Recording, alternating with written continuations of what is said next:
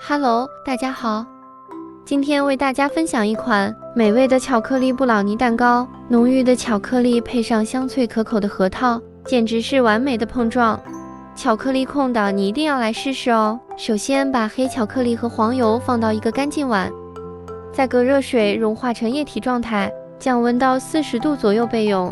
准备一个大碗，加入4颗鸡蛋白砂糖，搅打到蓬松发白细腻的状态，而且蛋糊滴落下来的状态，保持3秒钟不消失。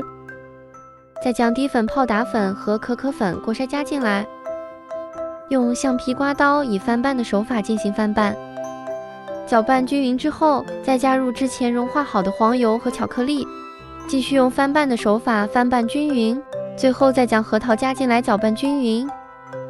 拌匀后，将面糊倒入6寸模具中，表面再装饰少许核桃。烤箱上下火170度，放到中下层烘烤40到45分钟。